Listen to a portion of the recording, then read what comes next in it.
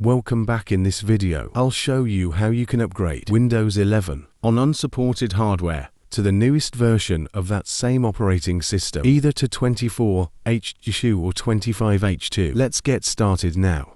First, you need to go to your browser and search for Windows 11 download. We need to get the Windows 11 ISO from Microsoft and navigate to the page where we can download Windows 11. As you can see, there are several options available here. You could download the ISO directly over here, but I recommend to do this instead by using the media creation tool. The reason for that is that this tool will automatically detect the language of your original installation and download the same version. If there would be a mismatch, even if the display language is seemingly fine, you could end up in a situation where you can't upgrade and keep your files. Once the tool is downloaded, let's start it from our Downloads folder. First, click on the file, then you need to click on Yes. OK, now you are expected to accept the license and terms. As you see here we can see that the language is now automatically detected, which we wanted. So let us leave the use recommended options for this PC as it is. Then we need to choose to download just ISO. Click Next and choose where the tool should put the file. I'll put it in my Downloads folder and call it Windows 11 24H2, but also you can call 25H2. After this, the media creation tool will download the required files and ISO will be created where you told it to. There we are. We should be able to find ISO and click Finish. Now in our Downloads folder, so let's open that. Now that we have it here, we need to mount the ISO. You can do that by simply right-clicking on the file and then choose Mount. This creates a new drive letter, which in my case is the letter D.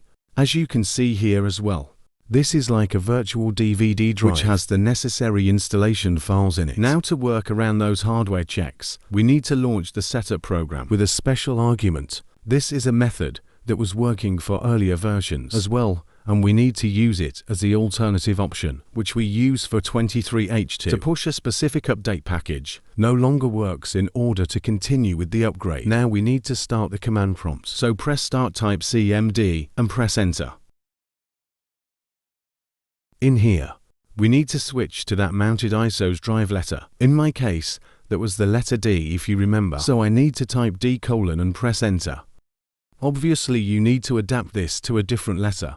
If that was the case for you, by using the dir command, we can verify now that we have the correct drive letter, as we can see exactly the same files here as on that mounted ISO. Next we will need to start setup.x and add that argument that I mentioned. So let's type setup/product server and press Enter. This will launch the in-place upgrade, so click Yes. And as you can see, it mentions here that this will install Windows Server. Don't worry about that at all, as it will just upgrade the currently installed Windows Edition, which in my case is Home. But this will bypass the hardware checks here. Make sure to click Change How Setup, Download Updates, and then select Not Right Now. Click Next. Accept the license and terms, and choose Keep Files Settings and Apps to just perform an upgrade of your currently installed Windows 11 version to the new Windows 11 24H2 or 25H2.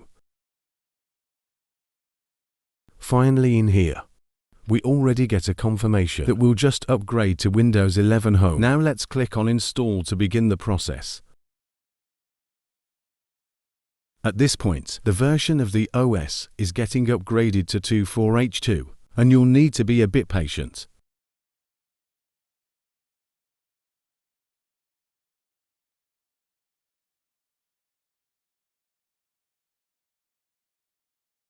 If all goes well, you should eventually end back at your desktop, but this time you should be on Windows 11 24H2 or to the 25H2. For me, this process took about 20 to 25 minutes, which I think is still pretty fast. That's it, our Windows 11 23H2 installation and now have been upgraded. That was all for the video. If you have liked this video, I would appreciate a thumbs up I hope this will help you to extend, or if you have any questions in the comments, and make sure to subscribe. Thanks again and hope to see you back here soon.